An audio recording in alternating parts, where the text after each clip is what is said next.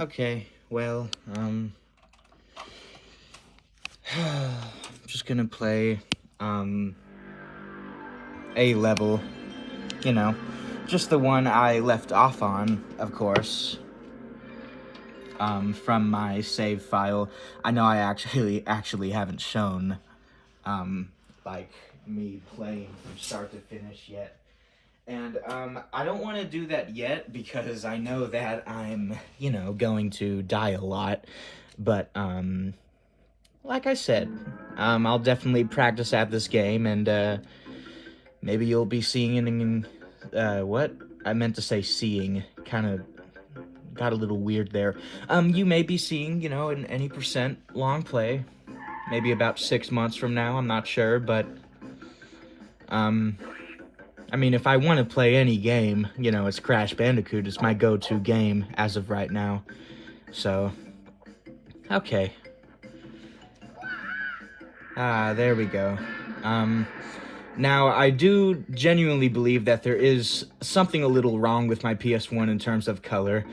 So, I am going to, try to get another PS1, when I get some birthday money coming up in March. I'm going to get the PS1 model, not the original one, but like the one where you can put the screen on it. And, I'm not gonna be able to afford the screen, but hopefully buying a new PS1 will make the color look a little bit, better. But I really do like these gate levels, the Great Gate, the native fortress. It's very, very comforting level theme to me. I don't know why exactly, but I'd have to say they're definitely my favorite 2D levels in the game. I know I said Slippery Climb was my favorite, but I'm not entirely sure about that anymore. I love Slippery Climb. It's one of my favorite levels in the game, but really, that just has to do with the atmosphere of the level. The gameplay of Slippery Climb, and Stormy Ascent in the Insane version, it's definitely not as much of a fun factor as some of the other levels, because a lot of the time you're just waiting for platforms to come, and, but the atmosphere of Slippery Climb really is what makes it so fun to play to me. So, oops. There we go, Crash. Okay.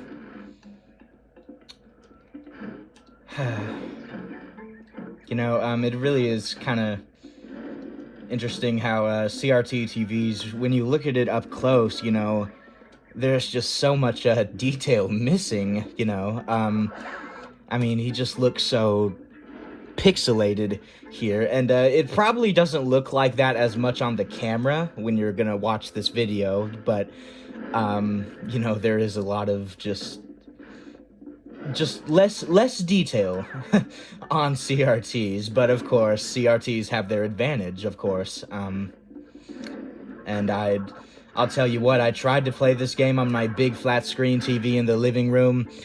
It looked worse than pretty much anything else I've ever seen. So I think I'm fine with sticking to the CRT.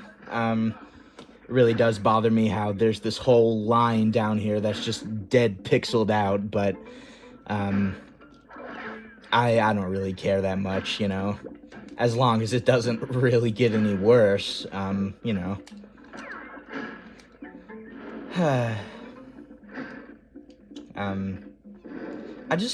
love the colors of this level. I really do. Just the colors of these little men right there, the colors of the pole. It really does look a lot more washed out in Insane Trilogy, as a lot of video game graphics do look more washed out nowadays. As they put more emphasis into the graphics, they lose a bit of the color quality, I believe, and that's really inevitable unless you really, really know what you're doing, because when you have more realistic graphics, obviously the colors aren't gonna pop out as much because they're supposed to be more realistic, but I think we should place more importance in things looking good rather than just looking realistic, because the original game really just does look better than Insane, you know. Graphics aside, of course, because obviously Insane is superior in terms of graphics, but I think you know what I'm talking about, just how the color pops out in the original version, you know. Oh, dear. Hey, that's the first time I've died, so, you know, not too bad. I don't know when I'm going to be able to get this account verified and, you know, do more videos. Well, do longer videos is what I mean, but, you know. Oops. Okay. Oh.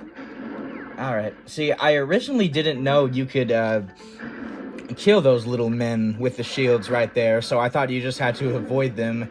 That definitely made the level a lot harder for me. But yeah, you know, I was watching a world record for this game, 39 minutes, any percent, all levels.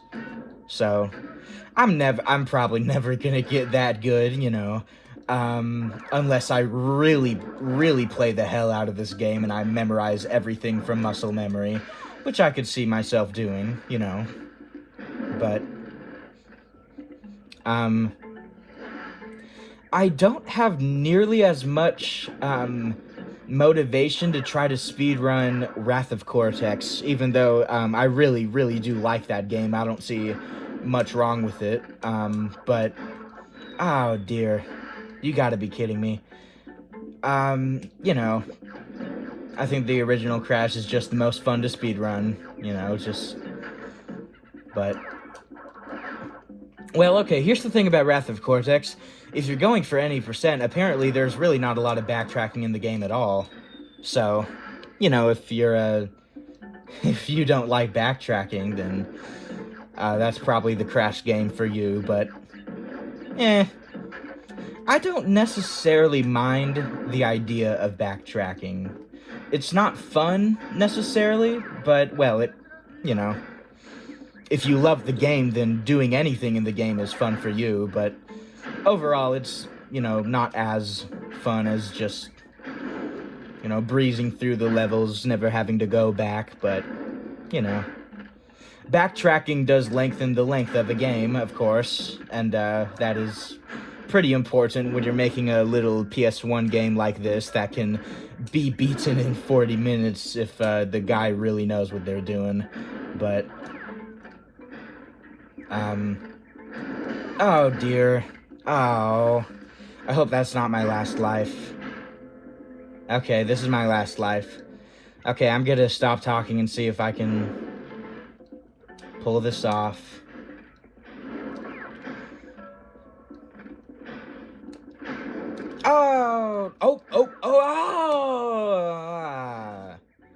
Oh, man. That was tragic, wasn't it? Very tragic. Okay, maybe I'll just play a more relaxed level. Let's go to Rolling Stones. There we go. Rolling Stones. This is a nice level, you know. Just basic, simple, but it's very nice. I like it. And the music is very, very comforting as well, you know.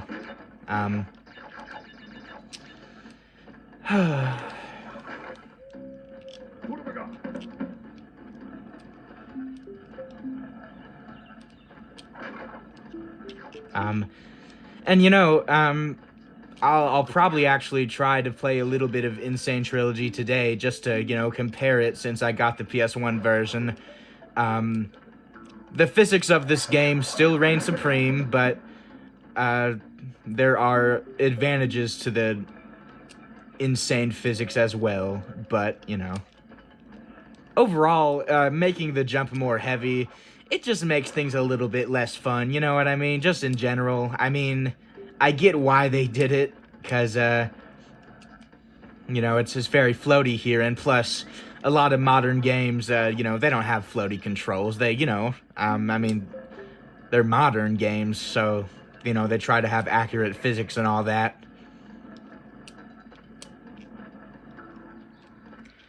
But you know, I just think that with some modern games, not all modern games, not all, okay? Because Penny's Big Breakaway is a modern platformer. It's one of my favorite games. So you know, but some modern games just kind of lose a little bit of the fun factor, you know, for the sake of, you know, being modern. But I'm not saying Insane Trilogy is necessarily any less fun than the original. But, you know, the jumps are just not, I don't think, as satisfying when they're heavier. You may disagree with me on that. You may think they're less satisfying when they're floatier and more stiff, I guess, but, you know. Oh! Okay. Come on, this is an easy level. This is an evil... wait, what? This is an easy level, Achilles. This is easy. Okay.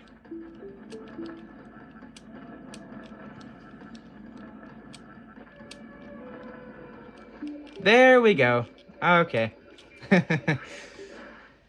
Oh, imagine if I died again. That would have been a little pathetic. Just a little bit. Not a lot, just a little bit. Yeah, oh, Hog Wild. Yeah, I'll try that. I'll try it. Yeah, why not?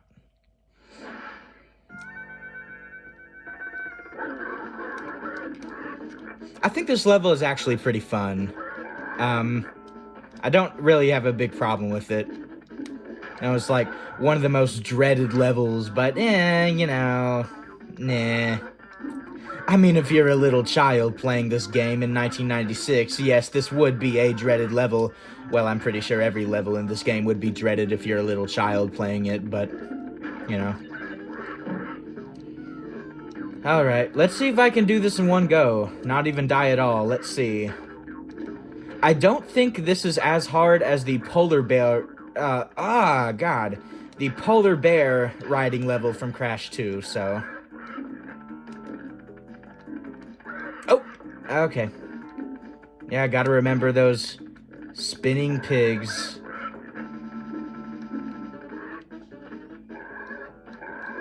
There we go. Okay, goodbye.